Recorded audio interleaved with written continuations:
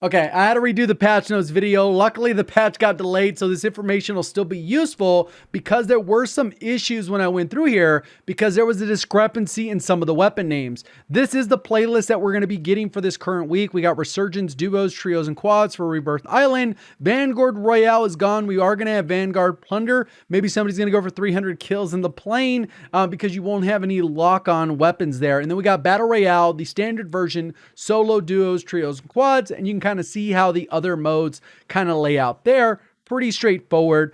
In terms of bug fixes, they went and solved some issues. There's still going to be more fixes coming along for console players, Xbox and PlayStation. This should fix a lot of the issues. They also fixed the issue with the akimbo shotguns where the damage was not reduced when they were in akimbo, so it was still acting as default, and that's why it felt like they did not get nerfed. So that has also been addressed. There's some other bug fixes here. You can go ahead and read through these. I usually leave a link to the patch notes in the description if you want to read line by line, but it's usually bug fix, broken, didn't experience it, or whatever. So we kind of skim through that. Also, there's some issues with Xbox players. If you double tap the home button or Xbox home button twice, you get some instability and it'll cause crashing. Also, if your clan tag has different weird icons, they normally not just regular numbers on or letters on a keyboard, it will cause some instability. You can have issues there, and I'll link that with the Trello board. In terms of weapons, I'm going to go ahead and go through these because they did change a bunch of stuff. We got the well gun, which was just added. I already have it fully maxed out from Vanguard.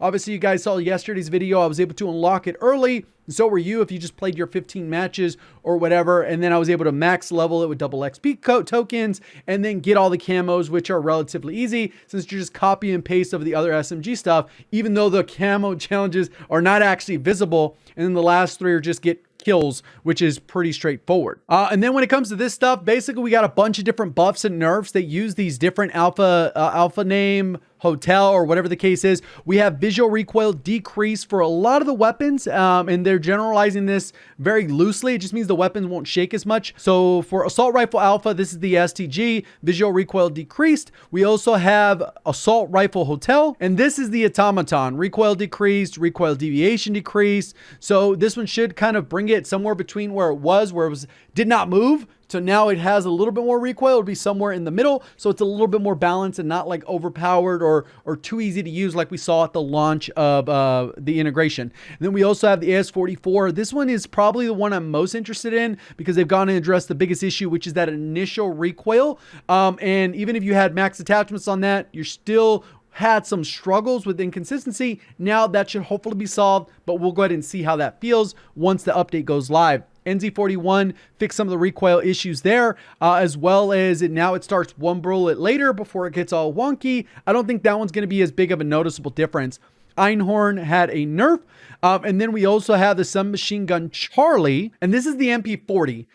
This one is something they didn't really mention much of, but the lower extremity multipliers decreased by 0.9, down from 1, so it's going to be a little bit weaker when you hit the knee or below the knee up until the toe, and then the max damage range decreased. This looks like by about a 5% difference, so it's going to be a little bit shorter range, and then we have the same thing for this one. So minor nerf, not a huge difference, especially your aim for the torso. You probably won't really notice much on this gun, or maybe you're going to be required to run hollow point versus incendiary for those issues. So compressed round horizontal recoil control decrease by 1.04 instead of 1.05. Visual recoil decreased slightly, so that part's the buff. And then we got barrel assault rifle alpha. Again, this is the STG. Helped with the barrel, decreased visual recoil. Sprint to fire also decreased by 1.2, down from 1.3. Light machine gun Charlie is the Bren. They got rid of the damage drop off where it used to go until infinity. Type 11 still has this barrel or an equivalent of it. So I would expect that a lot of people just to shift to that because having a point blank damage profile up into infinity, kind of broken. And then this one's going to increase your range by 50%. So if it was like 45 meters before, and then it has a damage drop off with this, it's going to be close to like 65 meters, which is still pretty solid, but you're not gonna be able to beam people at like 150 meters as if it's a foot away the way it was before. And the horizontal recoil control increased by 1.36 down from 1.37. So it used to give a little bit better benefit, mostly negligible. And then we got submachine gun Charlie again. And this is increasing the hip fire on the MP40. And then we got the double barrel Akimbo, hipfire spread accuracy decreased. So nerf there from 32, which basically makes it so the pellets will spread a little bit further, and it'll just add more inconsistency to those. I'm pretty sure the changes now that they're applied should mostly nerf that into the ground. And then we have Assault Rifle Alpha here. They've changed the visual recoil on the 50 round mags on the Gorenko. I don't think a lot of people were using those ones, at least not in my perspective, because it had faster fire rate, no recoil, but then way less damage. So you kind of end up with a gun that didn't really make so much sense, at least to me. Then we got Cooper Carbine, movement speed increased, ADS speed increased. So these are going to be a little bit faster. Those are buffs, but then they went ahead and nerfed these. So instead of getting the recoil control from these down to 1.28 instead of 1.3, negligible, like a 2% difference there. And then the 40 round drum, or the 40 round mags that a lot of people are using on the Brin, vertical recoil control is down to 1.17, so nerf, and then nerf as well from these values that it was benefiting before. Assault Rifle Charlie, you can see the silencers got some buffs. The MX silencer also buffed across the board. And then we have Assault Rifle Hotel, which is the automaton again, and these got buffs to its vertical and horizontal recoil as well as visual recoil. So this goes again what I was saying, where like, is it going to be somewhere in between, or is it a full reversion to how the game was at the integration? Einhorn got a nerf to the spread. It spreads a little bit further, which is not a good thing. And then we also have the rear grips.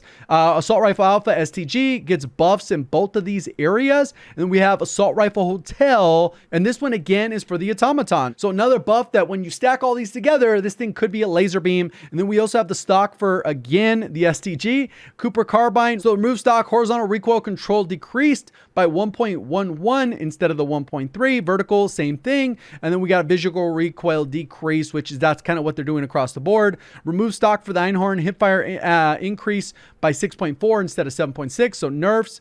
And again, the same thing that we're seeing right here for the VDD Hunter. Then we have the underbarrels, which again, the STG gets benefit of both of these, visual recoil, and then Assault Rifle Charlie. And then they want to help out the bar. We got the Carver foregrip, gets buffed, visual recoil increased, and then now increases vertical recoil control. So it gets another buff on top of that, even though this one's minor there. And then Assault Rifle Hotel, again, the automaton gets a couple buffs, and then we got a brand new operator if you like spending your money on that stuff. And then this is supposed to come through on the 20th for the Attack on Titan, and then the download should be about 5 gigs. So pretty straightforward. Appreciate all the support on the content. Thank you for watching. As always, have a great day.